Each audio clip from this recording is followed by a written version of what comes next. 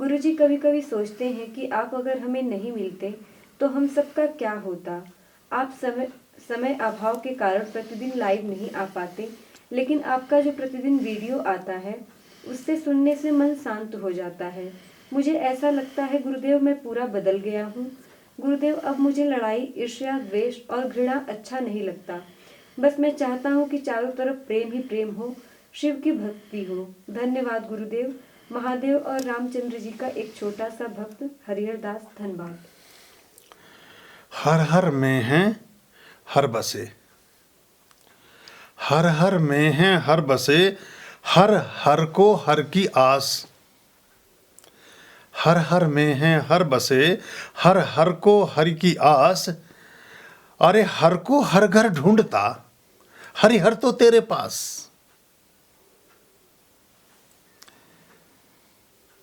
ये जो मिलन है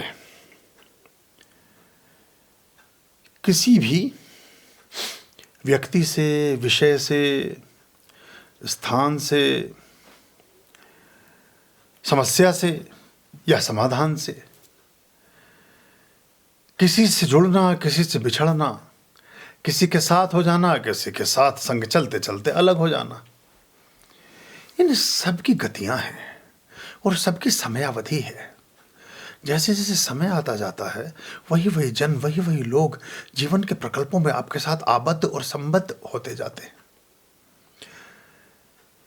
जब भगवान श्री राम विद्या अध्ययन कर रहे हैं, विश्वामित्र के आश्रम में हैं, वशिष्ठ के आश्रम में हैं, सभी कलाएं सीख रहे हैं, वहाँ सुग्रीव से भेंट नहीं होती।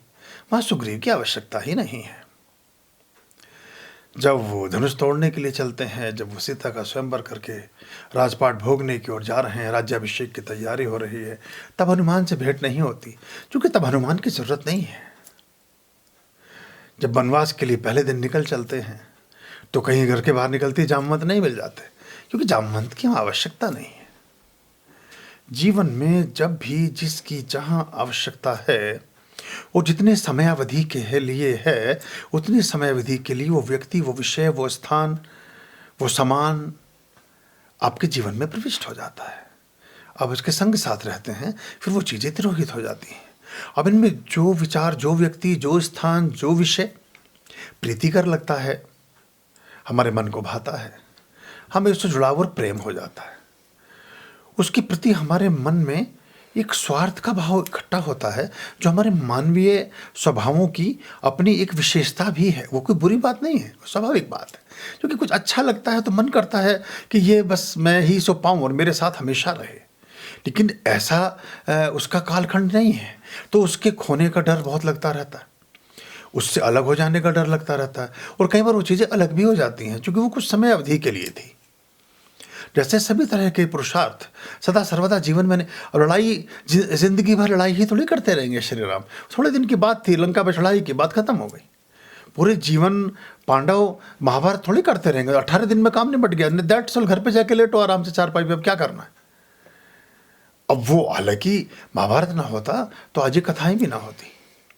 तो इसमें अर्जुन का जितना योगदान महाभारत को पैदा करने में, भगवान श्री कृष्ण का योगदान महाभारत को करने में, सबसे ज़्यादा बड़ा योगदान दुर्योधन का है।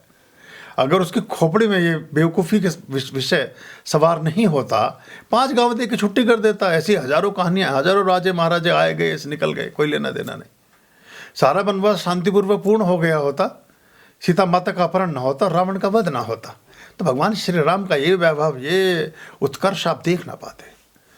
एक कहानी की तरह हम पढ़ते और चीज़ें भक्तिभाव से, वीरता के उससे अलग हो जाती। तो पुरुषार्थ के जो फलक हैं, ये हरिहर के प्रश्न के उत्तर में बात थी, तो हर चीज़ का एक समय निश्चित है, सुनिश्चित है। और अभी ये पहली बार का मिलना नहीं है। हम विभिन्न जन्मों में बहुत बहुत बार, बहुत बहुत स्वरूपों में, बहुत सारे आदानों प्रदानों में, बहुत कुछ लेन देन में हम संग साथ रह चुके हैं पहले भी।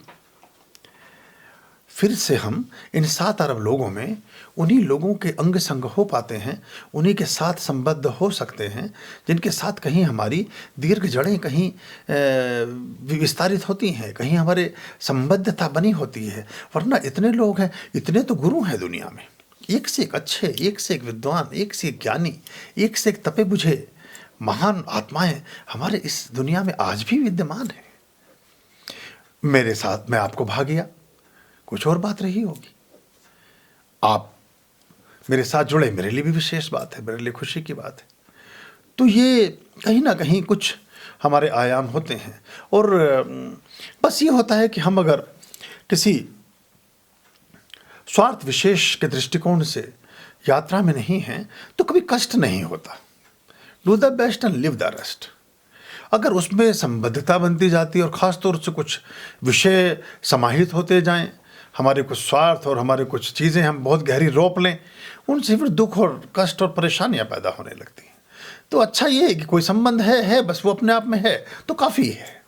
उसमें और कुछ भी हो ये बड़ा मुश्किल हो जाता है। तो हम उसमें जब कुछ और सोचते हैं, कुछ और खोजते हैं तो बड़ा जैसे प्रेम है, प्रेम पूर्ण है, प्रेम परिपक्व है। प्रेम हमेशा दे करके खुश होता है, अहंकार हमेशा ले करके प्रसन्न होता है। अहंकार सबको मिटा देना चाहता है, प्रेम सबको सर्वस्व बांट देना चाहता है। प्रेम जितना बांटता है उतना तृप्त होता है, अहंकार जितना छीनता है उतना प्रसन्न होता है। तो ये दोनों विधियां अलग अलग हैं। अहंकार की सूक्ष्म मान्यता के दृष्टिगत विवाह संस्था का आविष्कार हुआ। मेरा बेटा विवाह योग्य हो गया। बेटे को पता भी नहीं कि वो विवाह योग्य है, माता पिता को लग रहा है, समाज को लग रहा है, समाज में बेटियों की माताओं को लग रहा है कि विवाह योग्य हो गई। वो अभी अपने आप को परिपक्व है, जिम्मेदार समझ ही नहीं रही है। तो वो अहम मान्यता के ही स्वरूप हैं अलग अलग, कि मैं एक बेटे का पिता, मैं 4 पुत्रों का पिता।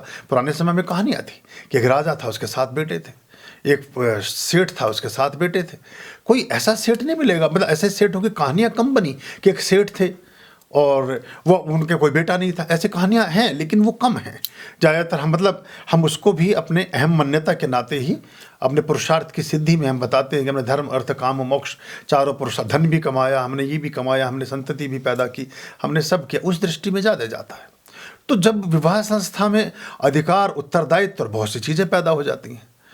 और जो प्रेम है वो कुछ और बात है, विवाह कुछ और चीज़ है। अब दोनों का सम्मिलन जो है वो फिर वो कुछ और कर देता है। तो इसलिए हम उस तरह से, हालांकि बहुत अच्छे युवा भी हैं समाज में, लेकिन बड़ी तेज़ी से अलग अलग तरह की घटनाएं भी देखने को प्राप्त हो रही हैं और हो रही है, मिल रही हैं। तो वो चिंता करती हैं, तो मतलब उनसे चिंता होती है समाज की गतियों को देख करके किधर दिशा में जा रहे हैं लोग।